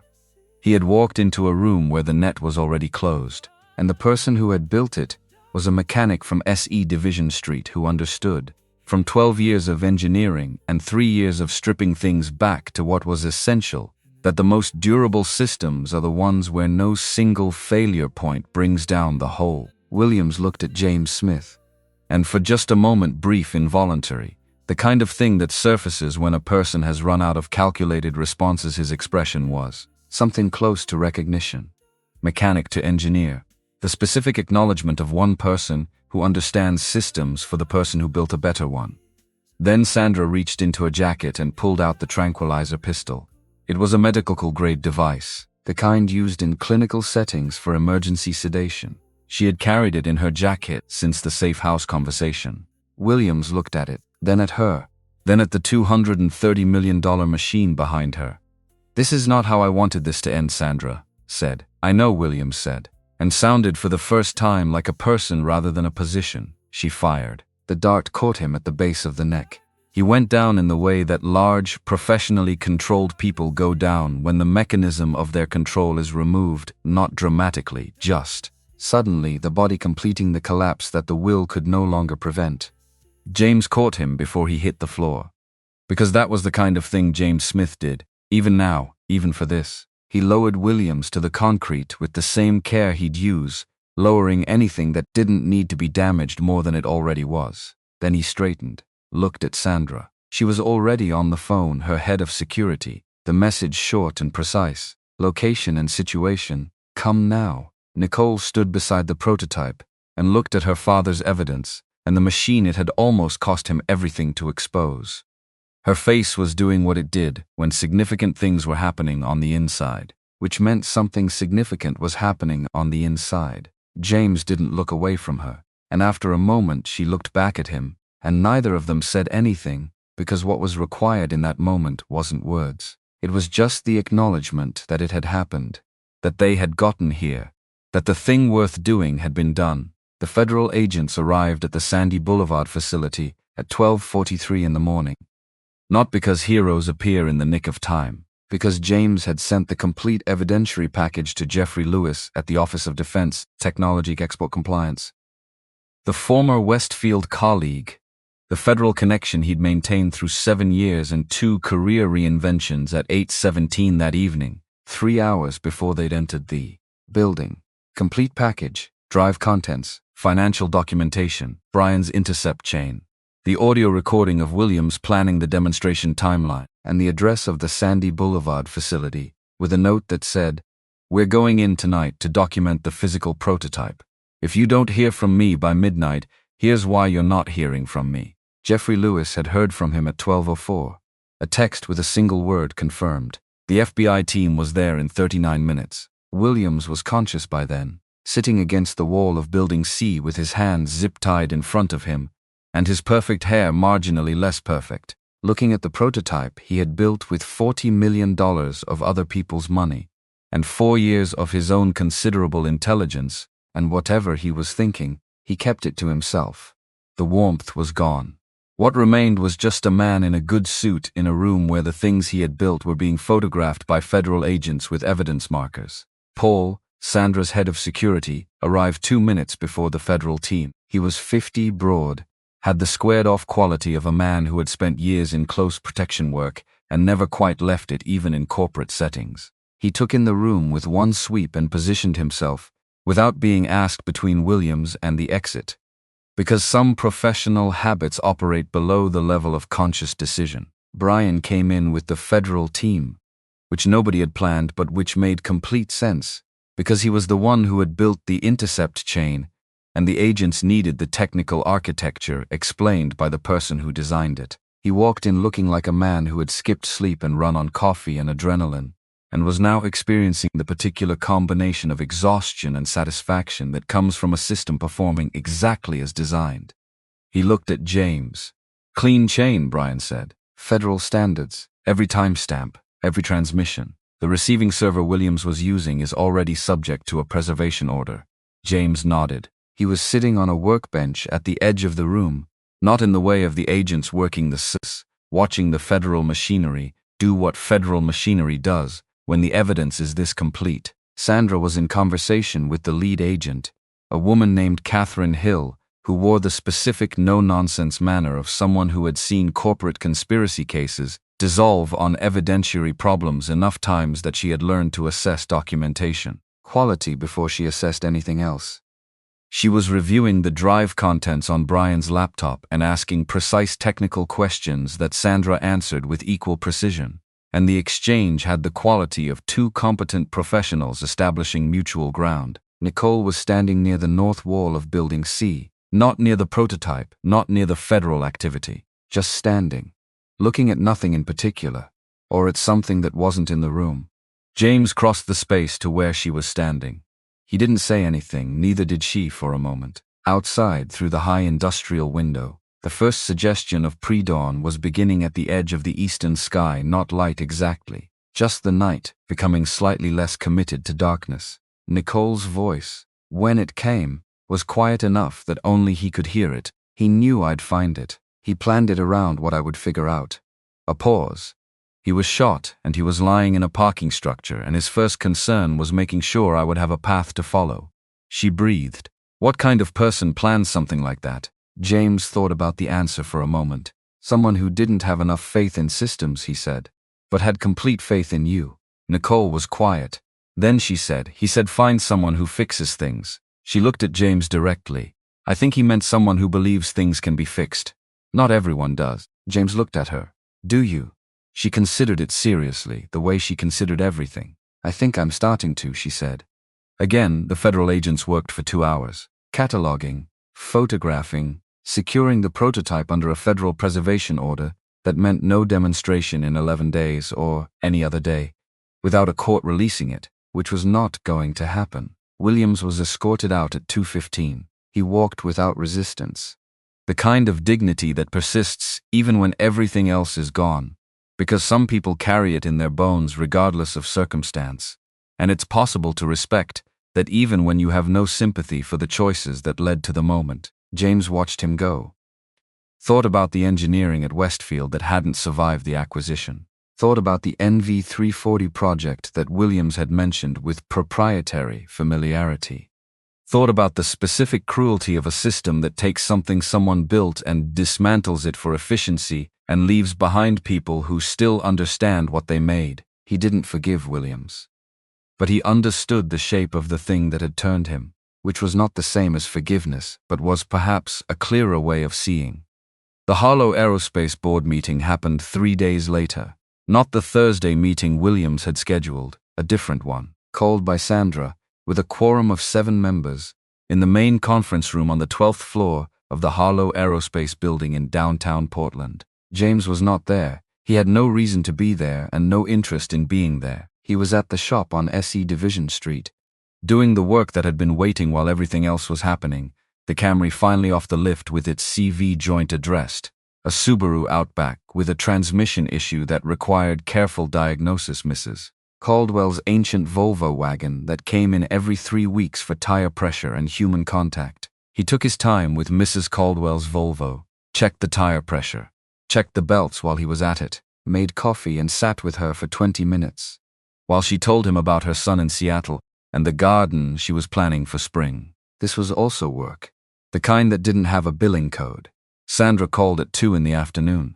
She said the board had voted to reinstate her as CEO, pending the completion of the federal investigation. She said the vote had been 6-1. She said the one dissenting vote was a board member who had been, as best the subsequent investigation would determine, aware of Williams's parallel operation, not a participant, but not unaware. That board member had submitted his resignation before the meeting ended.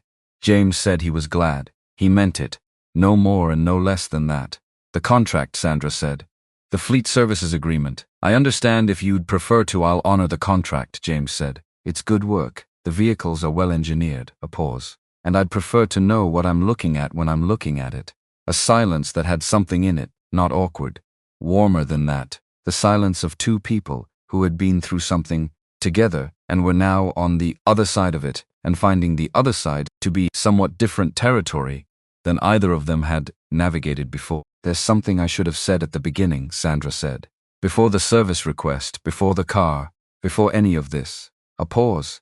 The Westfield acquisition, the restructuring.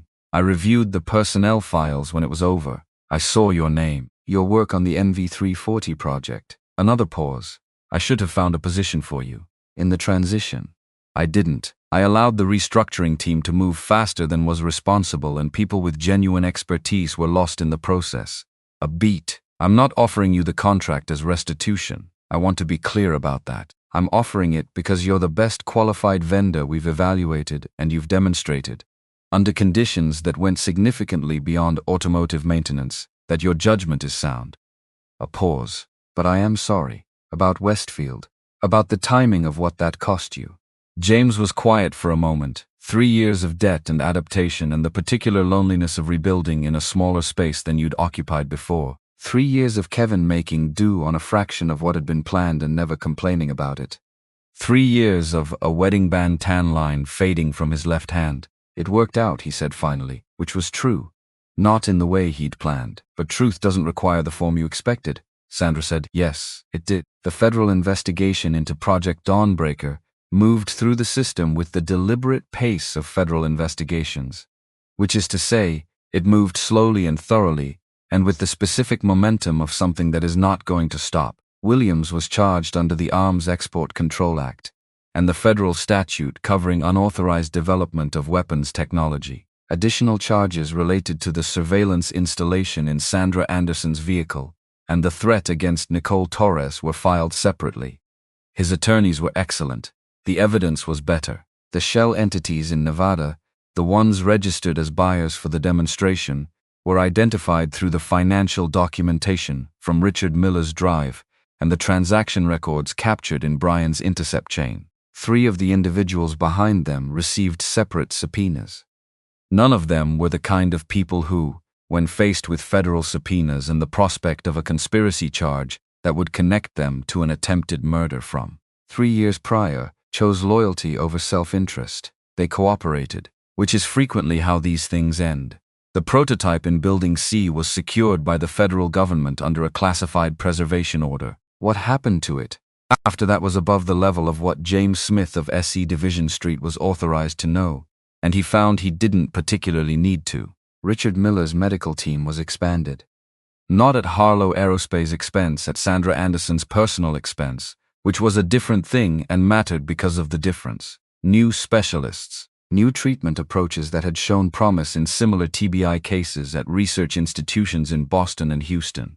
The prognosis remained uncertain. It would remain uncertain for a long time. But Richard Miller was 51 years old and had been given 3 years of the best care available at the time, and now he was going to get better care, and in medicine, as in most things, better care changes the probability distribution of outcomes in ways that matter even when certainty isn't available. Nicole visited him the following Sunday, the regular second Sunday visit that Williams had known about and used as a threat, and which Nicole refused to alter by a single hour, because refusing to alter it was its own kind of statement. She sat across from her father in the same visiting room where she had sat for 3 years. He looked at her the way he had been looking at her for 3 years, with the careful courtesy of a man who knows he should know the person in front of him and cannot locate where he put that knowledge. And then he looked at the chain around her neck, the silver chain where the locket used to be, the locket she had opened and emptied and now wore as what it had always also been, something her father gave her because he loved her. He looked at the chain, then at her face, then back at the chain. Nicole, he said, one word, uncertain, like a word in a language he had almost forgotten that had come back to him in a dream, and he wasn't sure if he was awake or asleep and was saying it out loud to find out. Nicole held very still, because some moments require absolute stillness, because the wrong movement can disturb something fragile, because sometimes the most important thing you can do is simply be there, still and present, and wait for the person you love to find their way back to you. Nicole, Richard Miller said again, more certain this time. The way you say a word once you've remembered it. She didn't say anything. She just took his hand, and he looked at her with the beginning of something, not a full return, not in one moment. The damage was real and recovery is not cinematic, but the beginning. The first thread of reconnection in 3 years of silence, she cried then. Not the controlled moisture around the eyes that she had permitted herself at Kelsey's diner or in the utility corridor, or in building C actually cried. The kind that comes from somewhere below where composure lives, from the part of a person that has been waiting for permission. She was 21 years old, and her father had come back to her by degrees, through a room that smelled like antiseptic and the particular loneliness of institutional care. And it was not everything. It was not the Sunday afternoons with the Mustang and the jokes she'd heard 3 times. And the hiking trails, where he'd explained the world to her with the patience of a man who genuinely believed understanding things was worth the effort. It was enough. Right now in this room, it was enough. Kevin got the scholarship. Not second alternate. First. The 2 people ahead of him had declined, one for a full ride to Oregon State, one for a family reason that the foundation didn't disclose. The letter arrived on a Thursday, and Kevin called James from the PCC campus between classes, and James had to sit down in the middle of the shop because his knees did something unexpected. They went to dinner that Friday. A place on Alberta Street that they'd been saying they'd try for 2 years and kept not trying because the prices were slightly above their usual threshold. They sat at a table by the window and ordered things from the menu without calculating the total first, which was its own small liberation. Kevin wanted to talk about the electromagnetic field course, about the problem sets that had been killing him for 3 weeks and had finally clicked into coherence earlier that week. James listened. Really listened. Not the listening you do when you're also tracking something else: the day's revenue, the overdue invoice, the medical debt calculation he had run so many times it lived in his fingers. Just his son's voice and the way Kevin's eyes moved when he was explaining something he found genuinely interesting. At some point Kevin said, "You've been somewhere else lately. Like, in a different headspace." Good different, not worried different. James looked at his son, 20 years old, studying electromagnetic systems at Portland Community College, working nights, carrying his own weight without complaint, sounding like his mother when he was patient and like his father when he wouldn't let a problem alone. Things shifted a little, James said. Work stuff. Kevin gave him the look that said he knew there was more and had decided to let his father keep his version for now. The aerospace contract, that's part of it. Is the rest of it? Kevin stopped, reorganized. Are you okay? The question was simple, asked with the directness of someone who had watched his father carry things alone for 3 years and wanted to offer, without fanfare, an alternative arrangement. James looked at his son for a moment. "Yeah," he said. "I'm okay." A pause. "I think I'm actually okay." Kevin nodded. Went back to the electromagnetic field problem. Because that was Kevin, he checked in, got the answer he needed, and trusted it, the way you trust something that has been proven reliable over time. They split dessert. Because why not? Sandra signed the contract renewal 3 weeks after the federal investigation opened. Not the original contract. The new one, revised terms, extended scope, a provision that James had insisted on regarding maintenance transparency, and a clause that Sandra had insisted on regarding service priority for the executive fleet. They had negotiated 2 provisions that neither of them entirely won, which is how good contracts work. She signed it in the shop, standing at the workbench, using the pen James kept in the mug by the register, which was a decent pen but not a remarkable one. The contrast between the pen and the value of what she was signing was not lost on either of them. James signed his copy. They exchanged documents, shook hands. Her grip was the same as the first time, firm, cool, brief. Except this time when she released it, neither of them immediately moved to the next thing. "Your former supervisor at Westfield," Sandra said, "Gary Martin. He's currently consulting for an aerospace startup in Beaverton. The work is below his skill level. I have a senior systems position opening in our legitimate R&D division next quarter." She paused. "I'm not asking you to vet him. I'm telling you because you worked with him. And because doing the right thing occasionally includes doing it in both directions."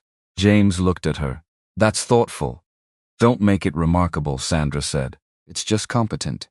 Which was, he was coming to understand, her version of a high compliment. She left, and the shop was quiet in the particular way it got at the end of a day when everything that needed to happen had happened. James stood at the workbench and looked at his signed copy of the contract and thought about the morning 6 weeks ago, when an unknown number had called at 6:47 and a voice had said, "I'm sending a car in 20 minutes," and he had stood in this exact shop with grease on his hands and a calendar on the wall, and his son asleep upstairs and no idea what any of it meant yet. He thought about Laura, about safe and right, about the way some decisions reveal themselves to be decisions only in retrospect, and how the most important ones often look, at the moment you're making them, like something much smaller. A flat tire. 11 minutes, $20 declined. The shop bell above the door chimed. Nicole came in. She did that sometimes now. Not for car lessons, though they'd done 3 of those, actual lessons the way Richard Miller had described his Sunday afternoons. She came by the way people come by places where something important happened to them, and they find themselves drawn back, not because they need anything specific, but because the specific gravity of significant places is real even when you can't measure it. She sat on the stool by the tool rack, looked at the contract on the workbench. Renewed, signed today. Good. She looked around the shop, the tools, the lift, the fluorescent light that still flickered over the tool rack, and that James had decided he was not going to fix, because it had been flickering since the morning all of this started, and he'd developed something like affection for it. My father said my name again on Sunday, Nicole said. James set down the pen, looked at her. Not just the one word. He said she stopped, breathed, the careful breath of someone handling something precious. He said, Nicole, your hair is different, because I cut it last month. Short, and he noticed. She paused. He's in there, coming back. Slowly. Her voice was steady in the way it was always steady. But underneath the steadiness was something that wasn't controlled, something that had been given permission to simply be. The doctors say it could be months, could be longer, could be they don't know exactly. She looked at James directly. But he's in there. James nodded. There wasn't a better response than that. Just acknowledgement. Just, I hear this important thing you're telling me. Nicole looked at the contract on the workbench. He said, find someone who fixes things. A pause. I think he also meant for you, not just for me. She met James's eyes. You were broken too. Just less obviously. James Smith looked at that for a moment. At the truth of it. At the way it landed, not like an accusation but like something offered with the open hand of someone who understood it from the inside. Yeah, he said. Probably. The fluorescent light flickered once. Held. The shop smelled like oil and metal, and the particular ordinariness of a place where work got done. Outside, SE Division Street went about its business. Portland in October. Rain coming. The river somewhere in the distance. James Smith was 42 years old. He had a son who had gotten the scholarship and was learning about electromagnetic fields and ate sandwiches on a stool in the shop sometimes, and had his mother's patience. He had a shop that was going to be okay. He had a contract from a woman who was learning, late and with difficulty, that control is not the same as safety, and that the people who have already lost things are sometimes the steadiest ones in the room. He had a drive on a chain around the neck of a young woman who was watching her father return to her word by word. He did not have everything he had lost. He was not going to get everything back. The wedding band tan line was gone. The house in Beaverton was someone else's house. Westfield Dynamics was a company that existed in his memory, and in the patents that bore his name, in filings nobody consulted anymore. But he had built something from what remained. Something that worked. Not spectacularly. Not in the way that gets written up in Forbes or photographed for industry awards. Just solidly, reliably. The kind of built that holds, which in the end is the only kind that matters. He picked up the pen, put it back in the mug, looked at Nicole. You want coffee? He asked. She considered it with the seriousness she brought to most things. Yeah, she said. Yeah, I do. He went to make it. The fluorescent light held steady. The shop door was unlocked. Outside, the first drops of rain began to come down on SE Division Street, the way they always did in October, the way they would again next. October and the one after that, indifferent to everything that had changed and everything that hadn't, doing what Portland rain does in the fall, falling and not stopping.